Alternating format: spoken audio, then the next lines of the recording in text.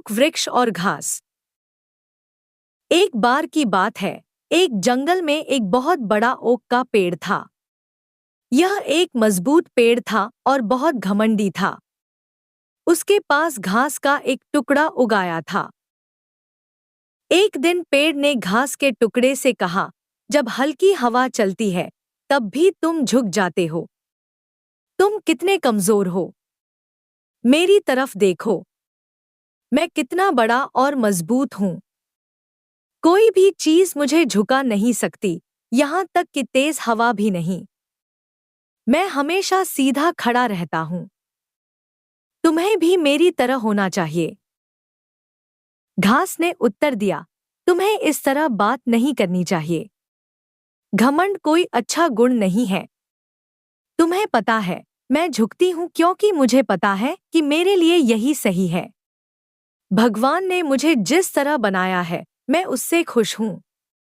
कम से कम मुझे पता है कि अगर तेज हवा चलेगी तो मैं नहीं मरूंगी। मैं आसानी से झुक सकती हूं और तेज हवा से खुद को बचा सकती हूं। पेड़ ने कहा, मुझे पता है कि तुम्हारे लिए अंगूर खट्टे हैं, इसलिए जब तुम ऐसी बातें कहते हो तो मैं समझ सकता हूं। यह कहते हुए वह जोर से हंसा। कुछ दिनों बाद एक घटना घटी। इलाके में भयंकर तूफान आया। नतीजतन इलाके के ज्यादातर पेड़ उखड़ गए।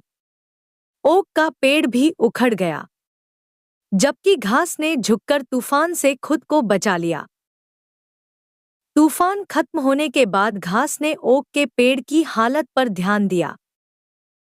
उसने आसमान की ओर देखा और भगवान को उसे बचाने के लिए धन्यवाद दिया। अगर वह घमंडी ओक के पेड़ की तरह होता तो वह भी तूफान में गिर जाता।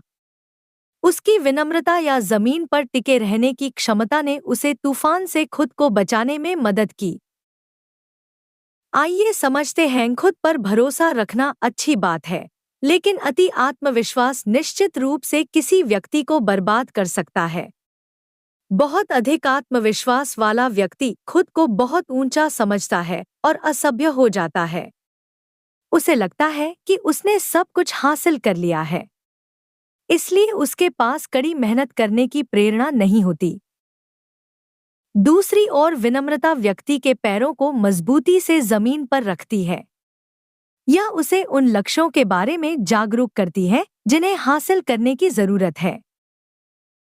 व्यक्तियों के रूप में हमारे जीवन में कई लक्ष्य होते हैं, इसलिए यह महत्वपूर्ण है कि हम एक लक्ष्य प्राप्त करने के बाद अपना ध्यान न खोएं। भले ही हम परीक्षा में अच्छे अंक प्राप्त करें या कुछ महान हासिल करें, हमें विनम्र रहना चाहिए। हमें दूसरों के साथ व्यवहार करते समय असभ्य या अभिमानी नहीं होना चाहिए। इसके बजाय हमें भगवान और उन सभी लोगों को धन्यवाद देना चाहिए जिन्होंने हमारे लक्ष्य को प्राप्त करने में हमारी मदद की है। मूल्य, नम्रता। विनम्रता अन्य सभी सद्गुणों का आधार है, अतः जिस आत्मा में यह सद्गुण नहीं है, उसमें दिखावे के अलावा कोई अन्य सद्गुण नहीं हो सकता। Saint Augustine.